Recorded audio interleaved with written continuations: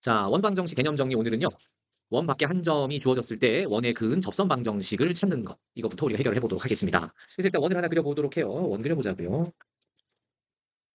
이런 원이 하나 있고요. 원 밖에 한 점이 있어요. 자, 이 점에서 얘를 Q라고 했을 때 A, B라고 하자. 원에 접선을 그으면 접선이 몇 개 생기나 봤더니 파란색으로 이런 접선 하나가 보이고요. 그다음에 이런 접선 하나가 보입니다. 맞죠? 그래서 밖에 한 점으로부터 원의 그은 접선은 몇 개 생긴다? 두 개 생긴다. 자, 그래서 우리가 그 접점을 각각 이렇게 만들어 놓고 두 개의 접점 중에 한 점을 선생님이 A라고 놓고 하나를 B라고 놓으면 원의 중심을 C라고 했을 때 C에서 A를 연결하는 반지름과 접선 뭘로 만나고요? 수직으로 만나고요. C에서 B를 연결한 반지름과 접선 마찬가지 뭘로 만난다? 수직으로 만난다. 우리가 접선과 반지름은 항상 접점에서 수직으로 만난다라는 성질은 알고 있는 성질이죠. 맞습니까?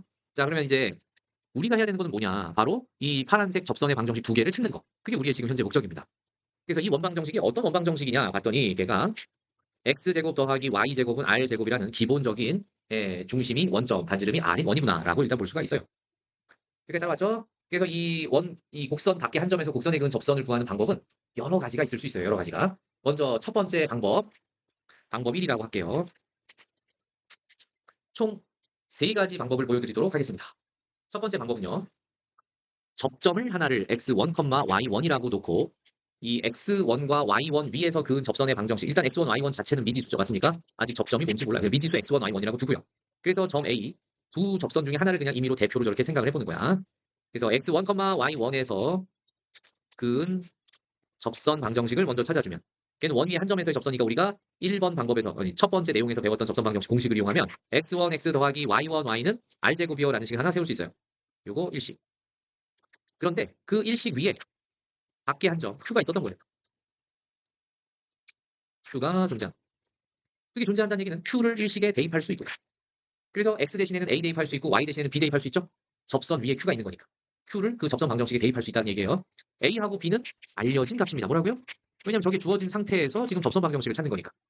따라오고 있죠? 그러면 우리는 뭐가 되냐면은 X1A 더하기 Y1B는 R제곱이 되면서 얘를 이식이라고 합시다.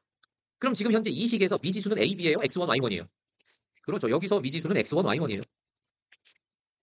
X1과 Y1이다. 자, 한편 X1과 Y1은 주어진 원방정식 위의 점이죠? 원 누구 위의 점이에요? X제곱 더하기 Y제곱은 R제곱 위의 점이죠. 자, 그러니까 원방정식에 저 점을 대입할 수 있어요? 없어요? 대입해보면 X1제곱 더하기 Y1제곱은 R제곱이 되면서 얘가 몇 번씩? 3번씩이 나옵니다. 그럼 여기서도 미지수는 X1과 Y1이네요? 그러면 우리가 2번하고 3번을 이제 같이 놓고 봅시다. 그러면 2번식은 X1, Y1에 관한 1차식이고 3번식은 X1과 Y1에 관한 2차식이에요. 두 개의 미지수 X1과 Y1에 관한 두 개의 식이 만들어졌어. 연립방정식이죠. 맞습니까?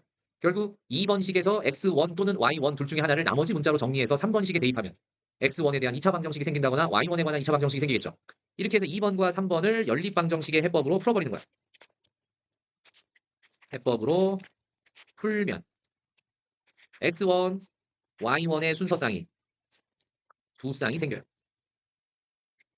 그 두 쌍 중에 한 쌍이 X1, Y1이고 나머지 한 쌍이 바로 B점을 우리가 아직 안 찾아놨는데 걔를 X2, Y2라고 하면 자동으로 X2, Y2가 얻어지는 거예요. 이렇게 두 쌍 나온 거 중에 한 쌍이 A, X1, Y1으로 보면 되고 나머지 한 쌍이 자동으로 B가 얻어진 거다. X2, Y2 이렇게. 따라왔니? 그럼 이렇게 두 개의 원 위에 점이 주어졌으면 그 얻어진 결과를 각각 4번과 5번이라고 합시다. 이제 4번을 원 위에 한 점이 주어졌을 때 접선 방정식 구하는 공식에 집어넣으면 x1, x 더하기 y1, y는 r제곱이라는 완벽한 접선 방정식이 얻어지는 거예요. 이게 우리가 찾는 6번. 이게 일종의 결과고요. 5번 x2, y2 위의 점에서 원 위의 점이죠. 해도 거기서 접선 방정식은 x2, x 더하기 y2, y는 r제곱이 만들어지면서 얘가 7번. 이렇게 우리가 6번과 7번을 찾았다는 얘기가 바로 구하는 접선 방정식을 얻었다라는 거죠. 이해됩니까? 얘가 구하는 접선 방정식이었다. 6번과 7번이. 왜? 4번과 5번에서 x1, y1, x2, y2를 찾았다라는 얘기는 이제 미지수가 아니란 얘기야. 미지수가 아닌 애들을 공식에 대입했으니까 완벽한 식이 얻어지는 거죠. 이해했어요? 이런 순서로 원 밖에 한 점에서 원의 그은 접선 방정식 두 개를 찾는 거. 요거를 방법 1이라고 합니다. 지금 요 방법은 지금 원에서만 사용할 수 있는 방법이 아니라 여러분이 만약에 이과가 되고 학교에서 이제 진로 선택 과목으로 기하를 배우게 되면 나머지 하원, 포물선, 쌍곡선 할 때도 요 방법 그대로 적용할 수가 있어요.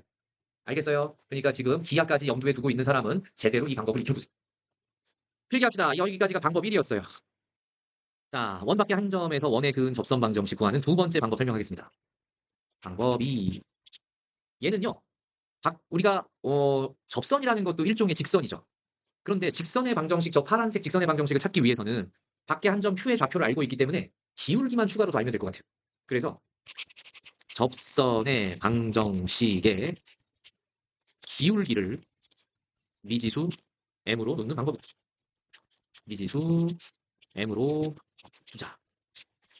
그럼 얘를 미지수 m으로 뒀을 때 식이 어떻게 되는 거냐? 바로 y는 m에 밖에 한 점 q를 지난다고 했으니까 x-a 더하기 b로 놓을 수가 있겠구나. 따라왔죠? 근데 여기 보세요. a 값, b 값은 알고 있는 값이에요. 이렇게 얻어진 요식을 일식이라고 놓고 자, 문제에서 주어진 원방정식을 x제곱 더하기 y제곱은 r제곱이라고 뒀을 때 이제 1번식과 2번식을 연립방정식 풀듯이 풀어요. 연립방정식으로 보고 한 문자를 소거해서 나머지 문자로 정리할 건데 y를 x에 대해서 1번식에서 정리해놨기 때문에 그 녀석을 y 대신 집어넣을 수 있죠. 그러면 x제곱 더하기 m의 x-a 더하기 b 전체의 제곱 이퀄 r제곱이 나와요. 따라왔어요? 이제 이 녀석을 전개해서 내림차순으로 정리하면 자, x에 대한 2차 방정식이 되는 거죠? 그럼 이 2차 방정식을 풀면 뭐가 생겨요? 2차 방정식을 풀까요? 아니면 다른 걸 이용할까요? 접했으니까 연립방정식의 판별식이 뭐가 돼요? 0이 돼야 되죠. 충분히 가는 거 아니에요? 원하고 직선이 접했잖아요. 맞습니까? 그러니까 이렇게 x에 대한 2차 방정식으로 식을 내림차순으로 정리했을 때 그 녀석의 판별식이 0이요 라고 하면 거기서 뭐가 생기냐면 m에 대한 2차 방정식으로 문제가 바뀌어요. 판별식을 이용해서 걔를 0이다라고 놓으면 그때 뭐가 만들어지면 m에 대한 2차 방정식이 생겨. 그러면 그 m에 대한 2차 방정식을 풀면 m 값이 몇 개 얻어져? m 값이 2개 얻어져. 그럼 얻어진 m 값을 이제 어디다 각각 집어넣어? 동그라미 일식에 집어넣어. 아, 얻은 m 값 2개를 일식에 대입한다. 그러면 접선 방정식도 몇 개가 얻어진 거니? 2개 얻어진 거죠. 따라서 접선 방정식이 2개 얻어진다. 끝. 이런 순서대로 푸는 게 두 번째 방법입니다. 필기하세요. 연립 방정식에 뭘 이용한다? 판별식이 0이다라는 걸 이용하는. 그래서 방법 2까지 설명했습니다. 자, 이렇게 우리가 문자로 놓고 설명하다 보니까 잘 이해가 안 될 수도 있어서 방법 3까지 다 설명한 다음에 예를 들어서 보여드리겠습니다. 자, 이제 원밖에 한 점에서 원에 긋는 접선 방정식을 구하는 세 번째 요령에 대해서 한번 살펴볼게요. 방법 3이다. 자, 방법 3은요. 아주 중요한 방법인데요. 왕별 하나 붙여놓으시고요.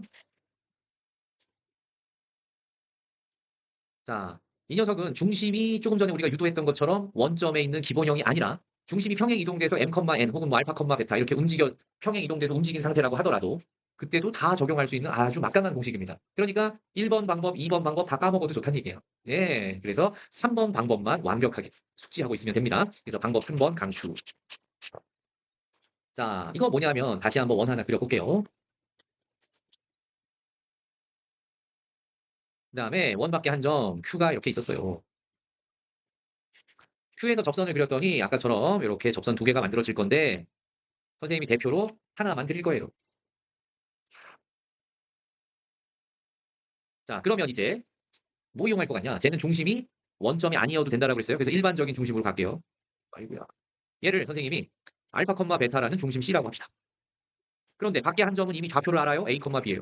우리는 접선도 일종의 뭐라고 그랬어요? 직선. 그러니까 일단은 방법 2처럼 기울기만 일단 M으로 놓을 거예요. 자, 기울기를 M, 미지수로 놓자. A, B는 알려진 값이죠.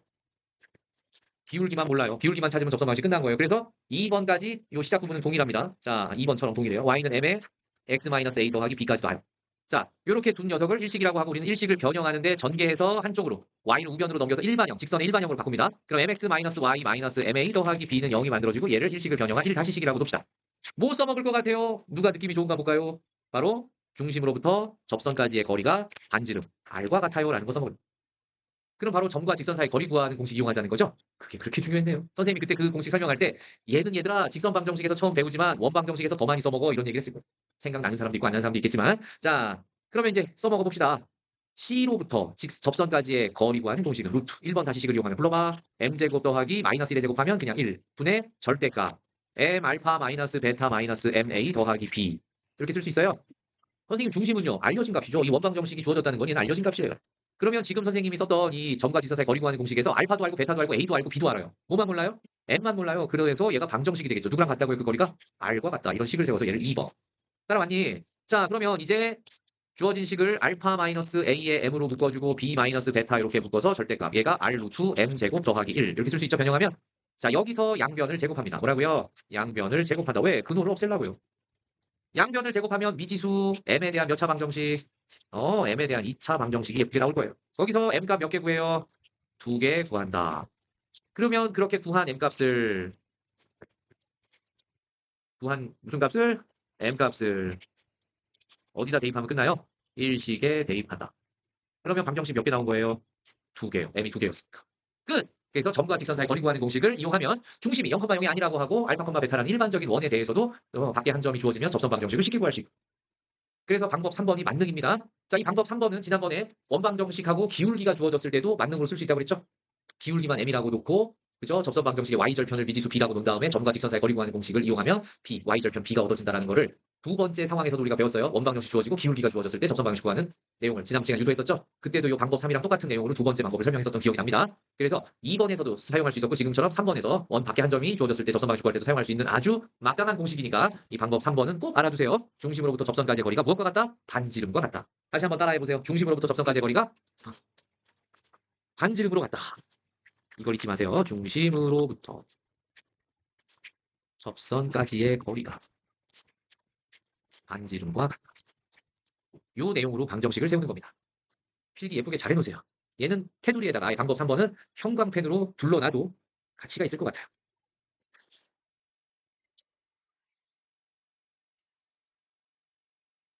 자, 이렇게 형광펜으로 박스.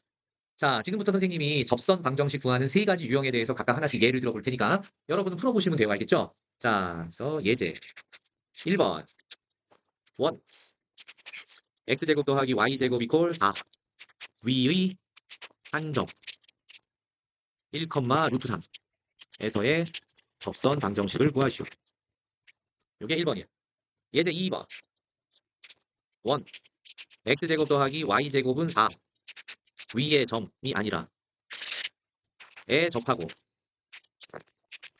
기울기가 3인 접선 방정식은 뭐냐? 이게 2번. 예제 3번 원 x제곱은 y제곱 이퀄 4에 접하고 아이고 이거의 NG 원 x제곱 더하기 y제곱은 4 밖에 한 점 3,0에서 그은 접선 방정식을 구하시오.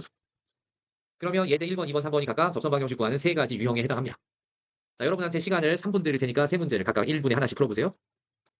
자, 예제 1번은 어떻게 하면 돼요? 원 위에 한 점이 주어졌을 때 공식 이용하면 되죠? 공식 뭔데요? x1, x 더하기 y1, y는 r제곱이요. 맞습니까?